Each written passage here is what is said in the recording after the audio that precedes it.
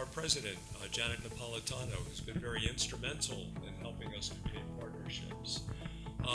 At the University of California, of course, we do scholarship across a very wide range of disciplines, and I invite my colleagues now from our various campuses and national laboratories to tell you a little bit about the kinds of priorities that they have at their campuses or lab. I'll just highlight two things.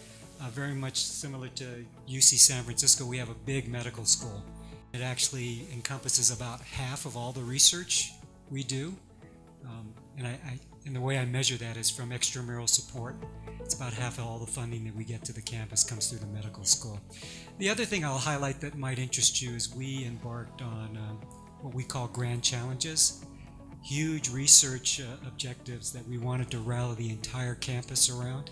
And those two topics that we came up with, one was called Sustainable Los Angeles, largely focused on issues related to climate change. And the other one was, you might find interesting, was on depression. There is a piece of the laboratory that exists today because of the bullet points that Oppenheimer listed. Everything from nuclear physics to computing, although computing is a much different thing.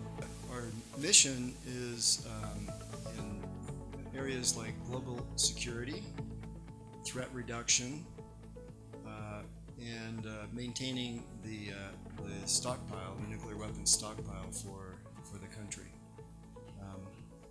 It takes about 14,000 people to do that.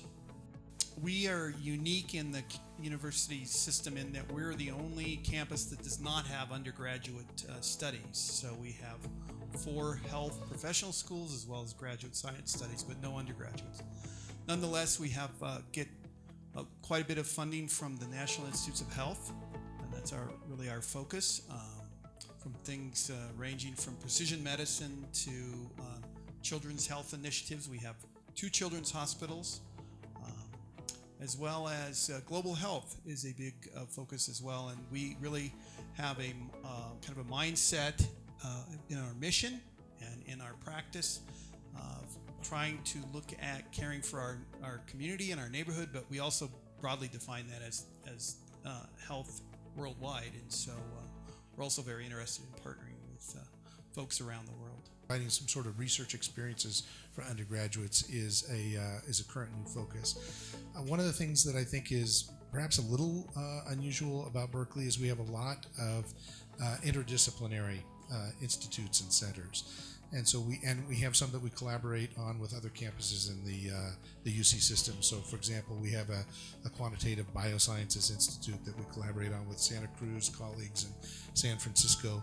There has been a focus on dealing with grand challenges, and part of it is to try and figure out what are those things that we think Berkeley can do well, because it has a variety of areas that it tries to excel in, and one is like climate change or energy sustainability. And first, I'm representing our Deputy Lab Director, Horst Simon, so I'll say a little bit about the lab as a whole.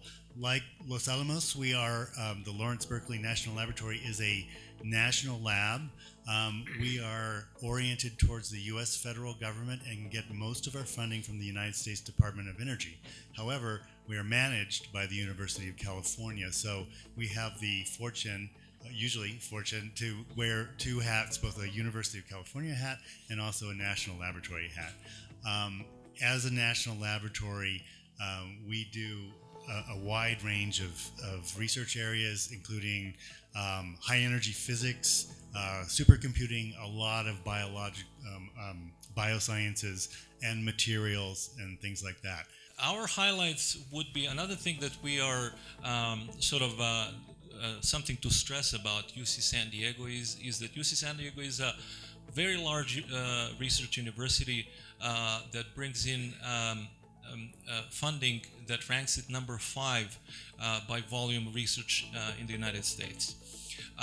The areas to highlight are medicine, which is one obvious reason why we rank highly in the overall volume of research, oceanography, engineering, energy, and one thing that I would like to particularly stress is our current initiative jointly with the University of Arizona in Tucson University of Texas at El Paso, and the New Mexico State University to establish a border consortium of leading research universities just north of the border to collaborate with research universities just south of the border and beyond.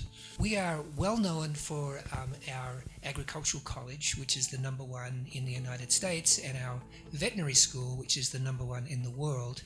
But we're also a comprehensive campus. We have very strong biological sciences, engineering, arts and sciences, and a strong medical school.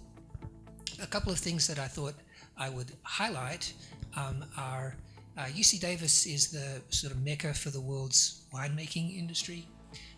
Most of the expert winemakers around the world have trained at UC Davis, so when I travel, I often meet alumni if I have a chance to do any wine tasting. Another thing that I would highlight would be some unique collaborations between our School of Veterinary Medicine and the medical school. We have a program, for instance, in comparative oncology, where we work back and forth between common cancers that affect companion animals that also affect humans, and we're able to create drug development pathways that start in companion animals and end in human clinical trials. We're partly defined by what we don't have. We don't have a medical school, we don't have a business school, we don't have a veterinary school, we don't have an agriculture program, although we do some organic farming and have an influential program in that area. But nevertheless, we've done a lot of interesting things. We have very strong programs in ocean and marine science, in economics, actually an innovative program in computer game design that's getting a lot of attention lately. And then two things that I'll mention, which are bigger and you've probably heard about. One is we have an extremely strong program in astrophysics. And in fact, they were instrumental in the development of dark matter theory. So I like to tell people that most of the stuff in the universe was discovered in Santa Cruz. You're welcome to come see it sometime if you like. And then we also have an extremely strong program in human genomics. And in fact, UC Santa Cruz published the first full draft of the human genome, which is actually a fantastic story. There was a race between us and a commercial company who was planning to patent everything. So not only did we get there first, but we're the reason that the human genome is in the public domain.